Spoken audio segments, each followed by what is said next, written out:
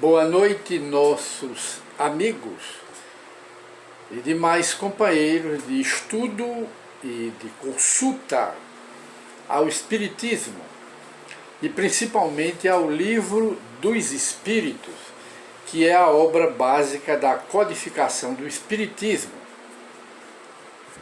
Hoje nós escolhemos novamente o Livro dos Espíritos para darmos prosseguimento aos estudos, ao tema do nosso programa anterior, que foi as relações entre os espíritos e a linguagem que os espíritos usam para se comunicarem no mundo espiritual, já que lá não tem a linguagem articulada, mas sim a linguagem universal do pensamento. Essa é a linguagem dos espíritos, que se comunicam de um mundo para outro, quando o espírito é mais elevado, e não há barreiras, mostrando aqui no Livro dos Espíritos, no programa anterior, que existe o fluido cósmico universal, que penetra em todo o universo, em todo o espaço universal infinito,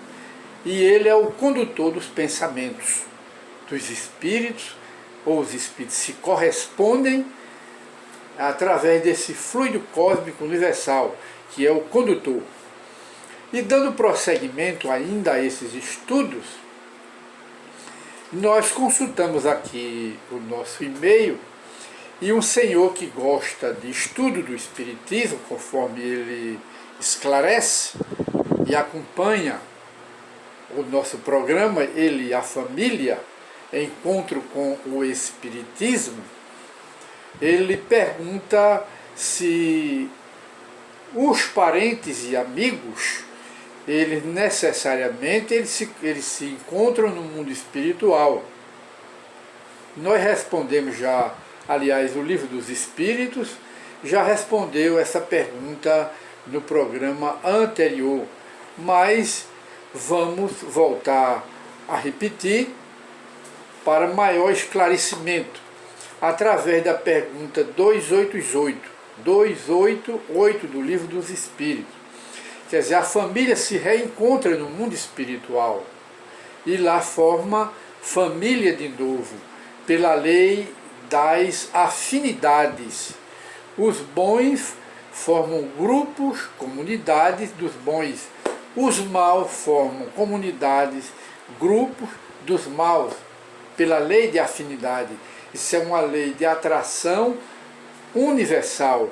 Não foi o Espiritismo que criou, não foi Allan Kardec que criou esta lei, mas é uma lei de Deus, de afinidade, que os iguais se atraem e os contrários, em sentimentos, em caráteres contrários, eles se repelem, mas os iguais em sentimento, em caráter, eles se agrupam, formam famílias, formam comunidades, família consanguínea e famílias espirituais. E de maneira que, para responder aqui a pergunta do nosso irmão, que tem interesse, estuda o Espiritismo, aí nós vamos partir aqui, como já dissemos, da questão 288, em que Allan Kardec pergunta aos espíritos superiores que sentimento desperta nos espíritos impuros, que sentimento desperta neles a chegada entre eles de outros espíritos maus, que sentimento desperta neles. Aos espíritos superiores respondem: os maus espíritos ficam satisfeitos, gostam, não é? Quando veem, recebem lá seres que se lhes assemelham, são iguais a eles, e se fortalece ainda mais, porque quem está no caminho errado não quer estar só. Aí procura se juntar a outros que são iguais para fortalecer o grupo. É isso que o Espírito está dizendo aqui, o Espírito superior. Ora, os maus espíritos ficam satisfeitos quando veem ou recebem seres que lhe assemelham e privados também da infinita ventura, qual na terra um tratante entre seus iguais. Ora, esses espíritos inferiores, espíritos atrasados, eles se sentem bem quando recebem outros mal que passaram aqui pela terra como eles. Eles gostam, porque é um igual a ele.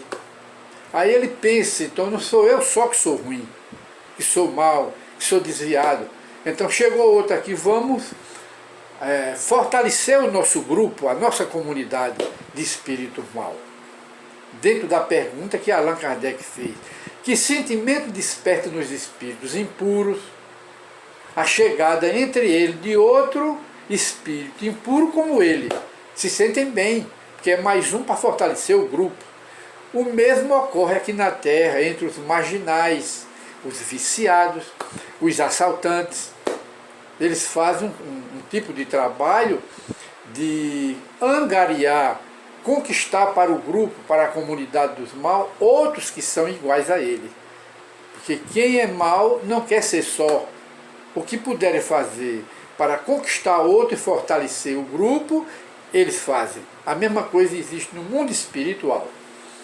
E na questão seguinte, 289, Allan Kardec pergunta: nossos parentes e amigos costumam vir-nos ao encontro no depois da morte, quando deixamos a Terra? Essa é a pergunta. Aí os espíritos superiores respondem: sim, sim, sim. Os espíritos vão ao encontro da alma, a quem são afeiçoados. Felicitam-na, quer dizer, a receptividade dos que nos precederam no mundo espiritual, que hoje são espírito. Quando nos recebe lá é uma festa. É uma grande festa, porque somos afeiçoados aqui na Terra. Felicitam-na como se regressasse de uma viagem por haver escapado aos perigos da estrada, da vida aqui na Terra. E ajudam as pessoas a desprender-se das ligações, dos laços corporais da matéria. Eles vêm nos ajudar, trazem, quando eles não têm essa condição, eles convidam o espírito especializado em retirar do corpo material pela morte, as pessoas que partem daqui para o mundo espiritual. E há no mundo dos espíritos, espíritos especializados em desprender da matéria, tirar do corpo material as almas, para readaptá-las ao novo mundo dos espíritos, que é a verdadeira pátria nossa. A nossa pátria não é aqui na Terra. Nós aqui na Terra, apenas um aditivo. Nós estamos aqui de passagem. Não somos daqui. Estamos de passagem. E nada nos pertence aqui na Terra. Tudo que foi meu já foi de alguém. E não me pertence. Será de outro alguém no futuro, quando eu partir desta vida para outra. Quando partirmos. De maneira que nada nos pertence. A gente vem do mundo espiritual pela reencarnação. A gente vem sem nada, nem com roupa. A gente vem nu, despido. E volta também nu, despido, para o mundo espiritual, mostrando que tudo aqui pertence ao Pai Celestial. Tudo é de Deus e nada nos pertence. Nada. Até nós pertencemos ao Pai Celestial. Somos dele, filho dele, criação dele. E o Espírito aqui continua na sua resposta. Ora, essa recepção é uma graça concedida aos bons espíritos, o lhe virem ao encontro, os que os amam no mundo espiritual, quando for um homem de bem aqui na Terra, uma pessoa de bem, independente de igreja. Independente de igreja. Porque uma pessoa de bem, um homem de bem, independe de ser devoto. Porque há muitos devotos religiosos que não são homens de bem. Então independe disso a bondade, a natureza do espírito, do homem, natureza benévola, caritativa, humana, independe de crença religiosa. Então é um homem de bem. Um homem de bem é um espírito reencarnado de bem. Quando chega no mundo espiritual, ele também tem a sua boa acolhida, os espíritos que se assemelham a eles. Ao passo que aquele que aí na Terra se acha imaculado pelo mal, pelos vícios, pelas paixões desgovernadas, permanece no mundo espiritual em isolamento, ou só tem a rodeá-lo espíritos que são semelhantes a eles. Essa recepção pelos espíritos viciados como ele, como o homem que foi aqui na Terra, não deixa de não ser um castigo, uma punição, ou seja, uma consequência do tipo de vida, de abusos que ele fez aqui na Terra. Aí ele recebe isso como uma punição, aliás, para chegar a um aprendizado. E na questão 290, Allan Kardec volta a perguntar: os parentes e amigos sempre se reúnem depois da morte? Parentes daqui da Terra e amigos sempre se reúnem, formam família, comunidades, grupos, depois da morte como espírito? Essa é a pergunta. Aí os espíritos respondem: depende isto da elevação deles e do caminho que seguem, procurando progredir. Se um está mais adiantado e caminha mais depressa do que o outro para a perfeição, não podem os dois conservar-se juntos, porque um é mau e o outro é bom. Então, o mal não se junta lá no mundo espiritual com os bons, mesmo tendo sido familiares. Se veem o bom que está no mundo espiritual, o parente, dá uma ajuda ao fraco, ao imperfeito, dá uma ajuda. Mas conviver junto, não. Se vê e o superior dá uma ajuda ao inferior. Mas o inferior não vai viver junto com o superior. Chama-se uma lei universal. Não foi o Espiritismo que criou, é uma lei de Deus. Não foi Allan Kardec que criou essa teoria. Ela vem das leis universais. E o Espírito termina: esses espíritos ver-se-ão de tempos a tempos, e vê de passagem no mundo espiritual, e como dissemos, mas não estarão reunidos, senão quando puderem caminhar lado a lado, na moral, no aperfeiçoamento espiritual e moral, nas virtudes de uma forma geral, na humildade, na caridade, na prática do bem. Quando os dois passarem a praticar o bem, se dedicarem à caridade, à prática do bem e à humildade, aí poderão formar grupos no mundo espiritual. Ou quando se houver igualado na perfeição. Olha o que o Espírito está dizendo aqui.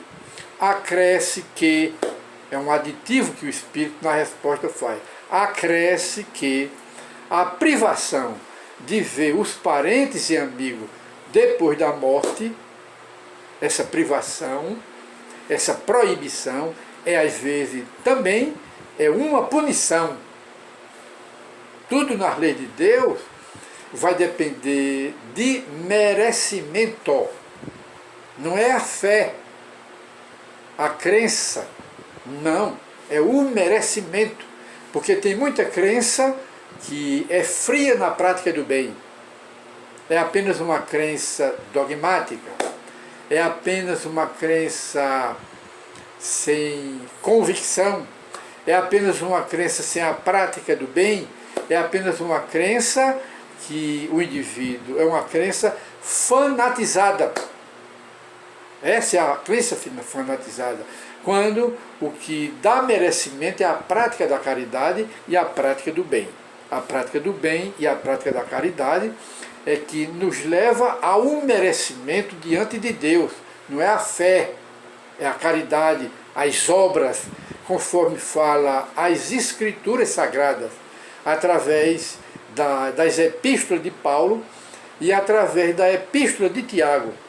A fé sem obras é morta. É o que Tiago Menor diz na sua única epístola. De que vale? E ele muitas vezes dizia ao que tinha apenas a fé, mostra-me o que fazes ou o que fizeste com a tua fé sem obra, que eu te mostrarei o que fiz e o que faço com a minha fé, com obras. Isso é o que está nas Escrituras e que nós devemos refletir acerca dessas instruções que nós recebemos do Espiritismo através de O Livro dos Espíritos, que é hoje este livro que nós estamos estudando mais uma vez. E chegamos ao final dos nossos estudos e voltaremos em nova oportunidade, se Deus assim o permitir. E Ele permitirá. Muita paz para todos.